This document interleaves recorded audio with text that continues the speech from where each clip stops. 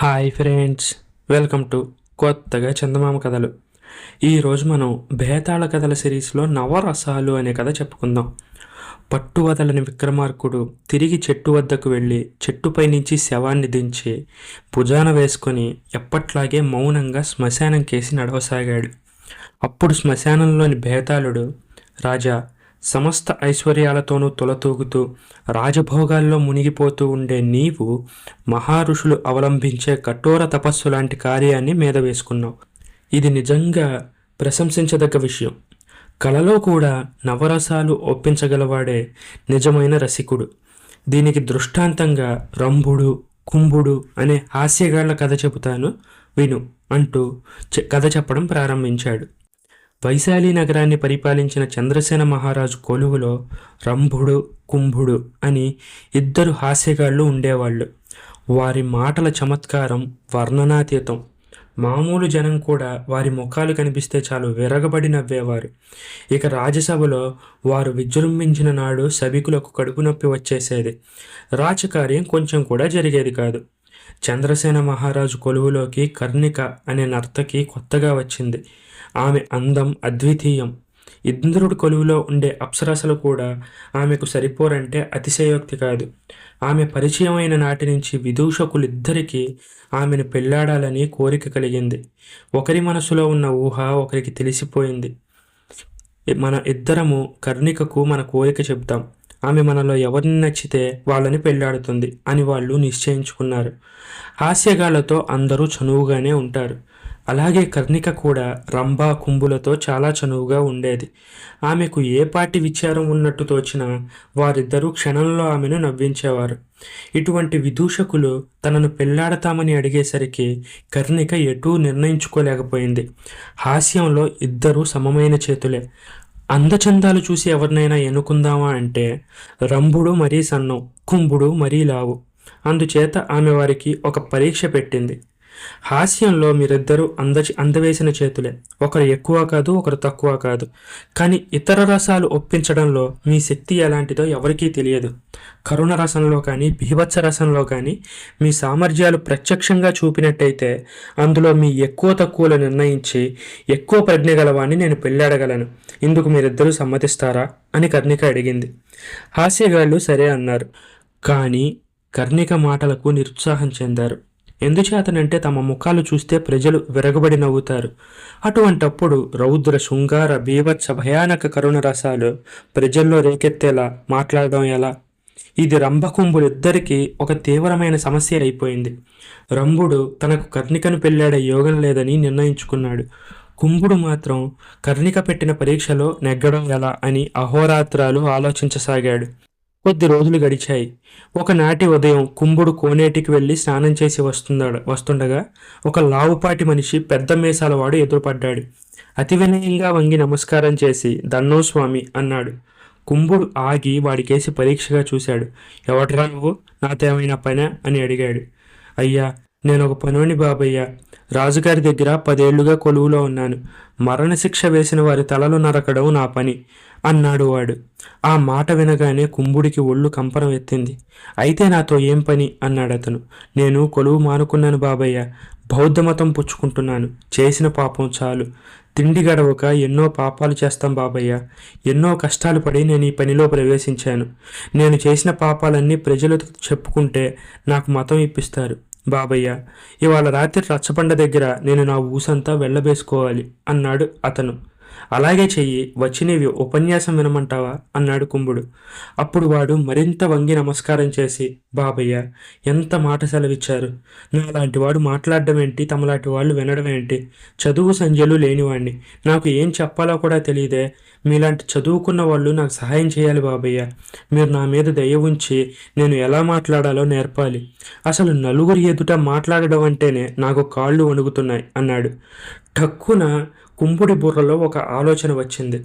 ఆ రాత్రి తానే వాడిలాగా బుగ్గమూసాలు అవి తగిలించుకొని రచ్చబండ దగ్గర మాట్లాడుకోవడానికి నిర్ణయించుకున్నాడు. ఒరే, నీ పేరేంటి? ఊళ్ళో నిన్ను బాగా ఎరిగిన వాళ్ళు చాలామంది ఉన్నారా అని అడిగాడు కుంభుడు. నా పేరు కంటకుడు బాబయ్య. తలలు నరికేవాడిని ఎరిగిన వాళ్ళు ఉండరు బాబయ్య. నాది అంధకార బతుకు అన్నాడు వాడు. అయితే నీ జీవిత కథ మొత్తం చెప్పుకురా అన్నాడు కుంభుడు. గట్టికవాడు ఓపిక్గా తన కథ యావత్తు విదూషకుడికి చెప్పుకొచ్చాడు. అంతా విని కుంభుడు, సరే నువ్వు ఒక పని చెయ్యి, ఈ రాత్రికి నువ్వు ఇంట్లోనే ఉండిపో, నీ బదులు నేను మాట్లాడతాను, నిజం ఎవరికీ తెలియకుండా చూసే భారం నాది అని వాడితో చెప్పి నేరుగా కర్ణిక బసకు వెళ్ళాడు. ఆ సమయానికి రంభుడు కర్ణికతో మాట్లాడుతూ అక్కడే ఉన్నాడు. ఇవాళ రాత్రికి రచ్చబండకు మీరిద్దరూ రండి, అక్కడ ప్రజలకు నవరసాలు రుచి చూపిస్తాను అంటూ కుంభుడు వారిద్దరికీ చెప్పి కటికవాడి వృత్తాంతాన్ని వివరించాడు. ఆ సాయంకాలం చాటింపు వేశారు.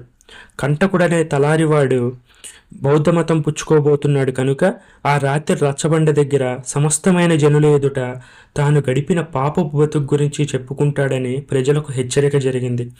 జామురాత్రి గడవగానే రచ్చబండ దగ్గర దాదాపు 2000 మంది జనం పోగయ్యారు.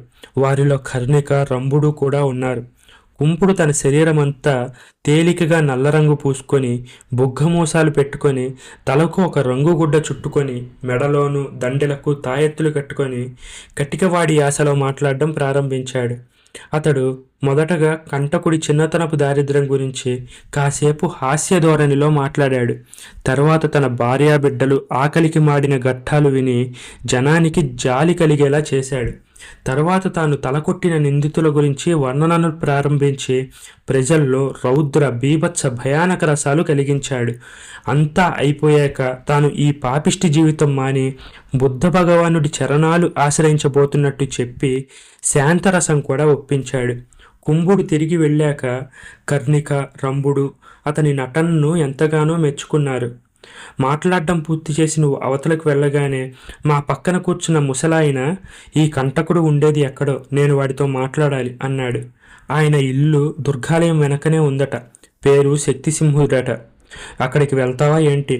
ఈ శక్తిసింహుడు చాలా ధనికుడిలా ఉన్నాడు, నీకేమైనా సన్మానం చేస్తాడేమో అన్నాడు రంభుడు.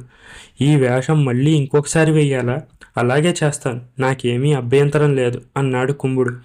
మర్నాడు ఉదయం అతను ఆ కంటకుడి వేషంతోనే దుర్గాలయం వెనక ఉండే ఇంట్లో బస చేస్తున్న శక్తిసింహుణ్ణి వెతుకుతూ వెళ్ళాడు.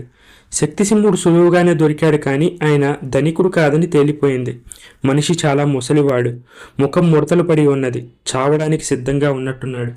లోపలికి రారా, భయపడకు, నిన్న రాత్రి నీ కథ విని చాలా జాలిపడ్డాను. నీకు బహుమానంగా ఇవ్వడానికి నా దగ్గర ఏమీ లేదు, ఇదిగో ద్రాక్షరసం, కాస్త తాగు అంటూ శక్తిసింహుడు చాలా ఆప్యాయంగా మాట్లాడాడు. కుంభుడు సంకోచించకుండా ముసలివాడిచ్చిన ద్రాక్షరసం గడగడా తాగేశాడు.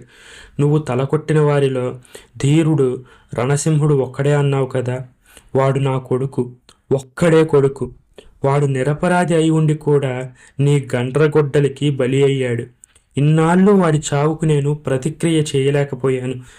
పగ తీర్చుకోకుండానే చనిపోతానేమో అని నేను ఎంతో భయపడుతూ ఉండగా వాడి తల తీసిన నువ్వు నాకు దొరికావు. ద్రాక్షరసం అంతా మిగిలే ఉన్నదా, ఇంకేమైనా తాగేశావా అంటూ ముసలివాడు ఎంతో ఉద్రేకంతో అన్నాడు. కుంభుడికి అంతా అర్థమైంది. తాను తాగింది విషం కలిపిన ద్రాక్షరసం. ఒక్క చుక్క మిగలకుండా అంతా తన పొట్టలోకి వెళ్ళిపోయింది. కుంభుడికి ముచ్చెమటలు పట్టాయి. అతను వాంతి చేసుకోవడానికి ప్రయత్నించాడు. వెర్రివాడా, ఎక్కడికి తప్పించుకుపోతావు? ఇంకొక గంటలో నీ బతుకు తేలిపోతుంది అన్నాడు వృద్ధుడు. నా తప్పేమీ లేదు, మీ అబ్బాయికి మరణదండన విధించింది రాజు, నేను రాజాజ్ఞ పాలించాను, నాకెందుకు విషం ఇచ్చారు అని కుంభుడు అరవసాగాడు. ఇంతేనా నీ నటన అని శక్తిసింహుడు తన ముఖానికి తలకు తగిలించిన తొడుగులు విప్పేశాడు. రంభుడే శక్తిసింహుడని గ్రహించి కుంభుడు వెలవెలపోయాడు. బేతాళుడు ఈ కథ చెప్పి, రాజా, రంభకుంభులలో ఎవరు ఎక్కువ, కర్ణిక ఎవరిని పెళ్ళాడాలి, ఈ సమస్యకు సమాధానం తెలిసి కూడా చెప్పకపోయావంటే నీ తల పగిలిపోతుంది అన్నాడు. కుంభుడు జనసామాన్యం ఎదుట నవరసాలు ఒప్పించినవాడు. అతనిది నిజమైన నటన, రంభుడిది కేవలం వంచన మాత్రమే. అతను కుంభుడిలో భయం రెచ్చగొట్టాడే కానీ భయానక రసాన్ని ఉత్పాదన చేయలేదు. అందుచేత కుంభుడే కర్ణికను పెళ్లాడడానికి అన్ని విధాల అర్హుడు అని విక్రమార్కుడు జవాబిచ్చాడు. రాజుకు ఈ విధంగా మౌనభంగం కలగ్గానే బేతాళుడు తిరిగి శవంతో సహా మాయమై మళ్ళీ చెట్టెక్కాడు. ఈ కథ మీకు నచ్చినట్టయితే దీన్ని లైక్ చేయండి, మీ ఫ్రెండ్స్ అందరికీ షేర్ చేయండి. అలాగే మన ఛానల్ని సబ్స్క్రైబ్ చేసుకోవడం మాత్రం అస్సలు మర్చిపోకండి. Thank you friends.